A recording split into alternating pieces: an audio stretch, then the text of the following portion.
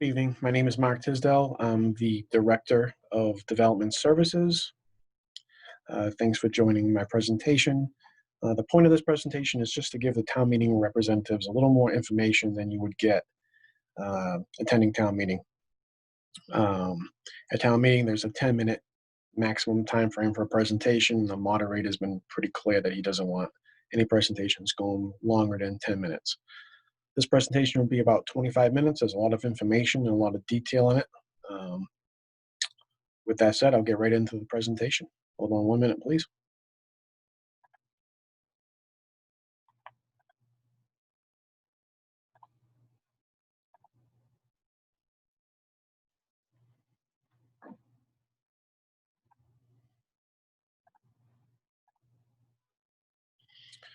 So, as you can see, this is Article 27 for the Park Street Campanelli Industrial Park Sewer Expansion Project. A little project summary.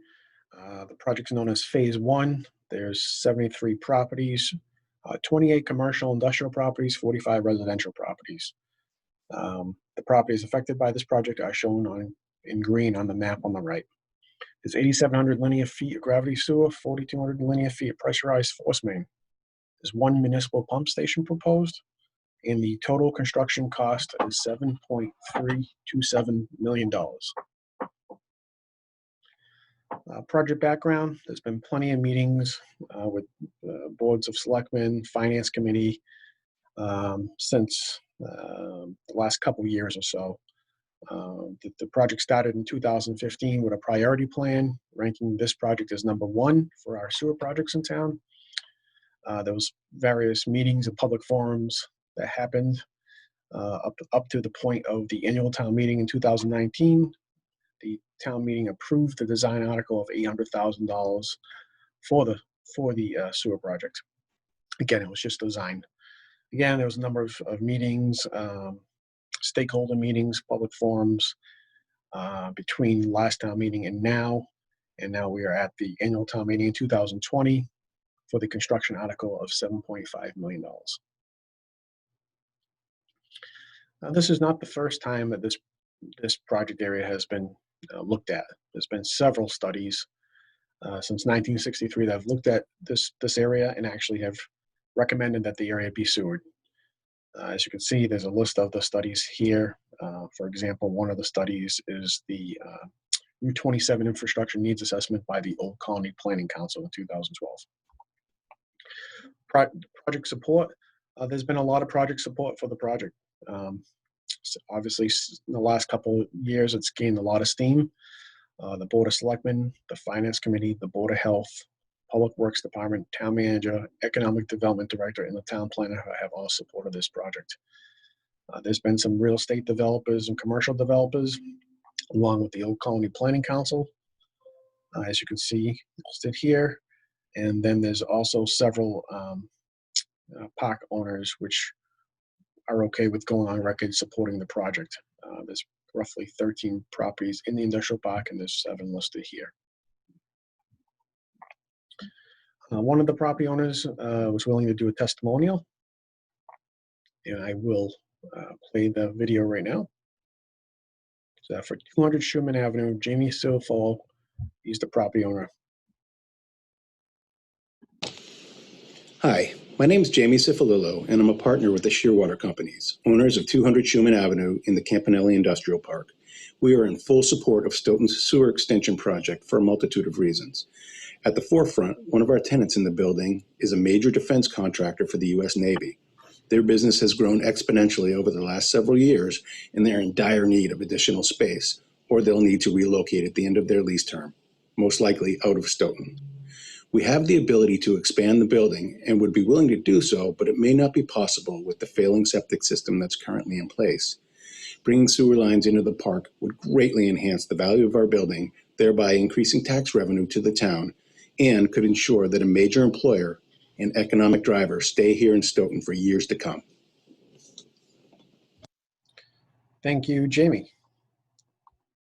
The next testimonial we got was from the property owner on 146 Campanelli Parkway, Chris Piazza. My name is Chris Piazza. I own 146 Campanelli Parkway. I support the Park Street Campanelli sewer expansion project for many reasons. My existing septic system is over 40 years old and preventing me from expanding my building. If I increase the size of my building, the end result will be more tax revenue for the town. I have had numerous requests over the last decade by tenants who wanted to rent my building. Unfortunately, they needed town sewer to do that. By moving forward with this project, I would expand my building, increasing the revenue for the town, and have endless tenants who could rent my property. Thank you and have a wonderful day. Thank you, Chris. Moving on. The next testimonial, we figured we put one in here from a commercial industrial broker from Donahue Associates. His name is Tabor Keeley, very experienced individual with the commercial industrial side of things. This is just pretty much to verify what these private business owners are saying about what they can do with their properties and what staff has said in the past.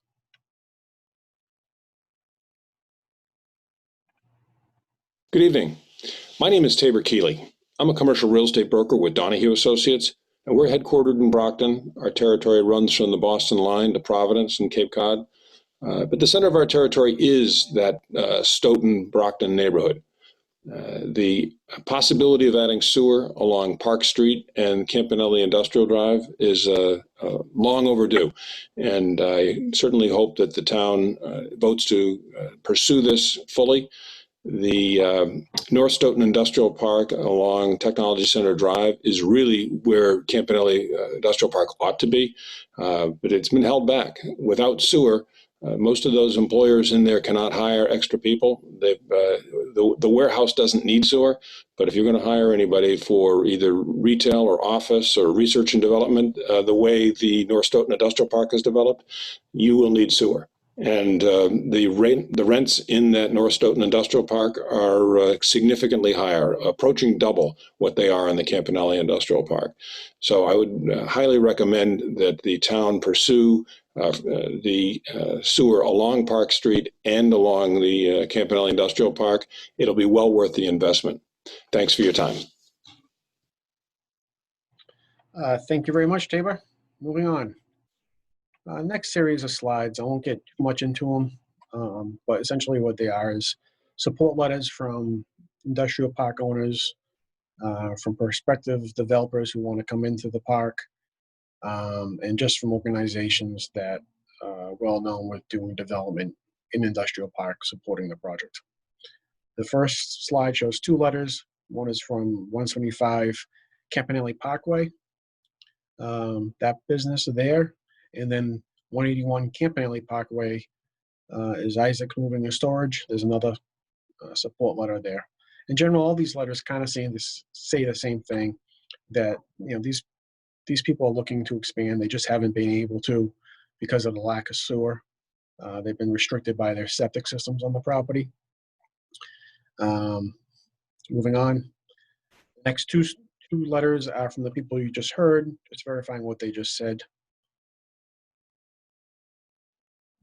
Again, the next slide shows Donahue Associates. He's compiled a letter, and then the Campanelli Land Development, which is a huge developer in the industrial parks around Massachusetts, composed a letter.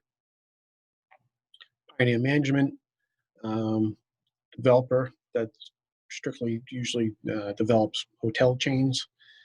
He's looking at this particular area. If sewer does come available, having sewer would allow him to be able to put a hotel in this area. He's very, very excited about the project. The Chateau Restaurant, which everybody's familiar with, they also support the project.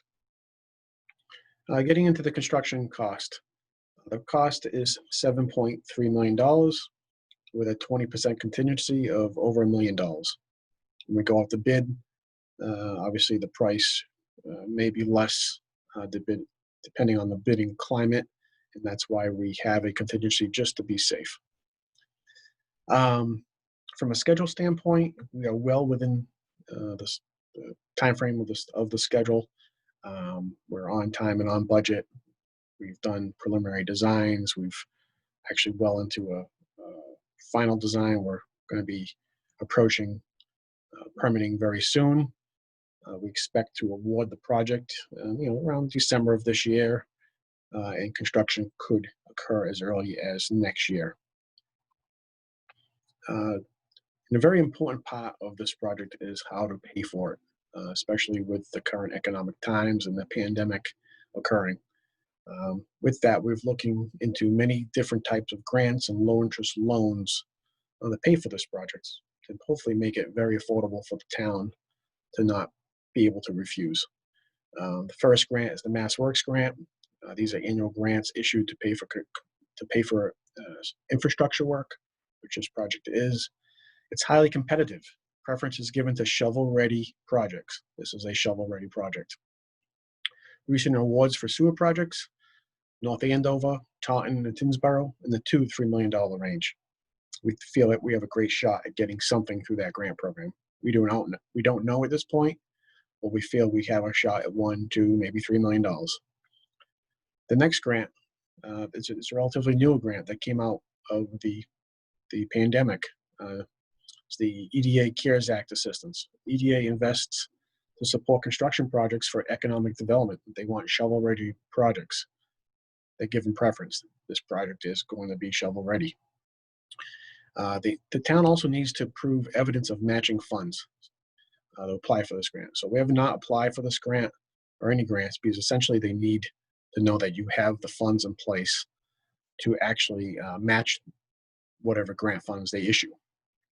So obviously we've been holding off for town meeting before we apply for these grants, but it's the #1 priority in the engineering department to do right after town meeting if the article gets approved. The EDA CARES Act awards between 30 and 80% of the project cost. We could possibly get $2 to $6 million on this project. We don't know. We've always been conservative with our numbers in any analysis we've done. So if we could get $1 million or $2 million from each one of these grants, that pays for over half the project itself. There's other small grants like the Housing Choice Community Grant, and there's a low interest loan program for 2% that we can get through the state. Benefits of municipal sewer. Public and there's 2 benefits, public and environmental health benefits, then economic development growth opportunities. Economic development growth opportunities, essentially opportunities that allow the land to get higher and better uses on it. So all the businesses in the park and surrounding the park are able to get higher and better uses that can use more water, that can actually go up in height, just are better for the property than the current warehouse or storage facilities in the park. So it opens up opportunities for land use. There's increased commercial industrial land value that comes from that. If you have a higher and better use that you're able to put in the park because of the sewer, then you are going to get taxed more, which is a benefit to the property owner because he's able to get that use in there. And that outweighs the taxes, and the town gets the extra taxes. It's a huge benefit for everybody. With all that said, there's an increase in town revenues to the tax levy. What I just said, the increase in higher and better uses equates to more taxes that the town receives. There's water user fees, If there's higher and better uses, advanced manufacturing types of processes, office, hotel, who knows, use more water than the current warehouse facilities, well, then we're going to be selling them more water. We're in a position to do that too. So we're getting more water revenue. And from a sewer revenue standpoint, we are going to be selling sewer in a spot where we never sold sewer before. So we'll be collecting sewer revenue. That'll be a new source of income. Environmental and public health benefits. Essentially, areas with high groundwater tables in wetland resource areas and flood zones like this whole project area have, it's very difficult to site septic systems. Essentially what happens is the septic systems equate to very expensive septic systems. They have higher construction costs, and there's less usable areas of a lot after they're built. You can't put structures on top of them. You can park, but again, you typically have to size the septic system in a way that makes it more expensive to install in order to park vehicles on top of it. It's a huge hindrance for these bigger properties to have to put septic systems in. It really restricts what they can do on their property and the use that they can have on their property. Cesspools and older septic systems, which this whole area has, do not provide adequate pollutant removal and are prone to contaminate the groundwater supply and surrounding water bodies and wetland resource areas. Sewage typically has high concentrations of nitrates and bacteria in it. 52% of the properties within the project area have cesspools or systems older than 20 years. Cesspools typically are automatic failures and are required to be upgraded upon the sale of the property. The average lifespan of a septic system is 20 to 30 years. With that said, over 50% of the properties have either a non-compliant cesspool or a system that's very old that's not giving the treatment that it should be, and it's probably near the end of its useful life. Benefits of municipal sewer from an economic development standpoint. There's a couple quotes from recent studies that I thought could sum up some of the key points. A study done by the Connery Associates in 2012. There's a quote here. Under current conditions, the Park Street corridor is a fiscally weak business corridor, one whose economic and fiscal potential is essentially frozen due to the lack of traditional infrastructure support. The fiscal and economic value of the corridor will most likely continue to erode under current conditions. There is no practical ability to expand or modernize, even though the properties located within this area have a very good access to a regional highway network. Great quote. From a study in 2018 by the Old Colony Planning Council. Here's the quote. The Campanelli Business Park is a site that has the potential to be better utilized and attract new types of businesses that would be an economic boom to Stoughton. The assessor has gone on record stating that phase 1 of the project area could get us more than $1 million 10 years into the project from a tax standpoint due to the increased, higher and better uses being in the park. We did some checks on the calculations, and we took the Tosca Drive Industrial Park area, which has water and sewer, but it's not in a great location. It's not near a regional highway network. We looked at the land values over there. It's $4.51 of land value. Then we looked at the land value at Technology Drive in North Stoughton. Obviously a nicer park. It's more of a business park as opposed to an industrial park, which is sort of where we're trying to go with the other park, with the Campanelli Industrial Park. That value of those lands are $9.64 per land value per square foot. In summary, we utilized $7 of land value per square foot for the sewer properties in phase 1, and that checks, the math checks with the $1 million per year that the assessor came with. We believe we're not a Technology Drive, we're not a Tosca Drive area, but we fall somewhere in between. We did a financial summary analysis on this project over 20 years. The revenue collected from sewer, water, and taxes. All the additional revenue from those three sources add up to $20,069,000. So $20,069,000. The net revenue with no grants would be that number minus the project cost, which what we bond the project at, which is roughly $11 million over the 20 years. Then we add back in what we collect from betterments, which is $2,726,000 roughly. And our net revenue over 20 years on a conservative basis is $11,746,911. And there's a key note here. The financial model does not account for added revenue from building permits, sewer connection permits, future I&I fees, personal property, things of that nature. In order to realize the sewer revenue, the Board of Selectmen had to adopt a sewer connection policy. And in summary, what this does is it requires residential properties to connect within 10 years and commercial industrial properties within 3 years. It gives you incentives to connect a little earlier, such as the permit fees being waived and the INI fees being waived. Another part of this policy is if somebody had a new septic system installed within 5 years of the sewer pipe being functional, you can add 5 years to their connection period. So they would get 15 years to connect. By having a connection policy like this in place, it really sets definitive points in time where we know how much revenue we're going to be collecting because we know what the uses are, we know what their flows are. This is a chart for the sewer water revenues of how we projected the sewer flows for commercial and residential properties. The red line is commercial properties. The blue line is residential properties. For example, the residential property blue line peaks at year 10 and stays flat because that's when the sewer connection policy kicks in. The commercial and industrial properties line pretty much kicks in very early on.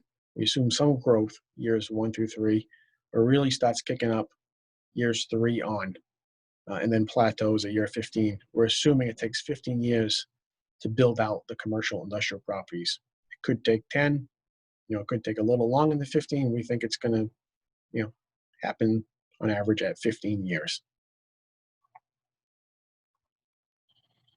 The next 3 slides get into the calculations related to the sewer water revenue and the tax revenue. I won't get into too much of a detailed analysis on this because we've spent a lot of time in the finance committee meetings and the board of selectmen meetings going through this. But essentially, the sewer revenue starts kicking in around year 2. Some people are going to connect earlier than the 3-year period. And then we're assuming growth to year 20. And you can see the growth numbers on the left of the chart. We assume a 1.5% annual increase in the rates. And we take into account the MWRA costs, the O&M costs, things of that nature. Excuse me.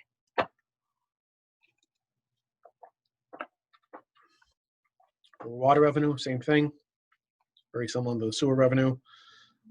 We take into account the water user charges, the water demands, the net water revenues. We modeled the flow growth for redevelopment maximum by year 15. And it mimics the sewer flows, the growth. From a tax levy standpoint, as we explained before, the assessor says over $1 million by year 10. We cut that in half by 500,000. And then we kept 500,000 in years 10 through 15, and then we bumped it up to 600,000 to be a little less conservative, but still very conservative for the final years. With all that said and done, as we explained, the total revenue over the project lifespan is $20,069,000.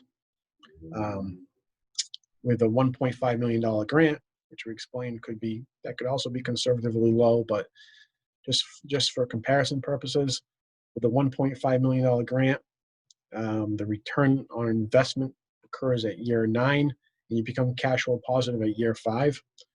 With no grant, you become cash flow positive at year 8, and you get your return on investment at year 14. So the project will eventually recuperate, all the costs within the borrowing period. Now we're getting into the betterment policy that was approved by the selectmen. Selectmen chose to base most of this policy on Title V, which Title V is the state environmental code for designing septic systems. So it's a standard reference. There's no opinions. It's a pretty solid document. It's the document that you use to design septic systems. Everything's equated back to a single equivalent unit, which in this case would be a 3-family dwelling, residential dwelling. So one residential dwelling, I'm sorry, I said 3-family, I meant 3-bedroom. 3-bedroom, single-family dwelling equates to 330 gallons per day. So if you're going to design a septic system for one of those structures, it's 330 gallons per day. It's 110 gallons per day per bedroom. That's 1 unit. On a comparison purpose, if you had a industrial building that utilized about 3,000 gallons per day, to get the units for that building, you would do 3,000 divided by 330, and they would be approximately 10 units. So the industrial building would pay roughly 10 more times the amount of the residential property, the single-family dwelling. This chart breaks down 4 scenarios of how we could issue betterments based on the categories. So commercial, industrial property, residential property. The column on the left is the standard betterment of 5% interest rate. Based on 25% betterments, a single family house, 3-bedroom, would be $12,800. The scenario to the right, with the 4% interest rate, it drops down from $12,800 to $11,753. This would be the scenario where if we got the 2% SRF loan, which is a possibility for this project, the state allows you to go 2% above what your borrowing rate is. So that would be a 4% net interest rate. So that would drop your betterment down by about $1,000. First 2 options are very, very possible. The third option is something that's not in place yet, but the selectmen are looking to implement it through the legislation. It's 0.25% above the town's borrowing rate, which if we got the SRF loan of 2%, it would be 2.25%. So you can kind of see the trend here with no grants. Your betterment's $12,800. It goes to $11,700 with the 4% interest rate. Then it goes to about $10,000 with a 2.25% interest rate. If you paid your betterments up front, that's the scenario to the far right. There's obviously no interest. Your betterment would be roughly $8,000 for a single family 3-bedroom house. You can see the scenarios, obviously, when you apply, say, $2 million in grants, how the numbers change. But generally, this is how it works. And these are estimated betterments. They are subject to change depending on what we get for the bids, what we get for grants, and the calculations keep on getting refined with specifications on the building sizes. The key note to point out is the residential properties pay approximately 22% of the total project cost, and the commercial industrial properties pay about 77% of the total project cost of the 25% betterment cost. That's what the total project cost would be in this situation. I thank you very much. I hope this was informative to you. I hope hope it can answer some of your questions. It's probably generated more questions. You can email me at mtisdell, so MTISDELLE at stoughton-ma.gov, or you can call me at 781-232-9263. That's at my direct line in my office. I'd be happy to answer any questions, and thank you very much for tuning in.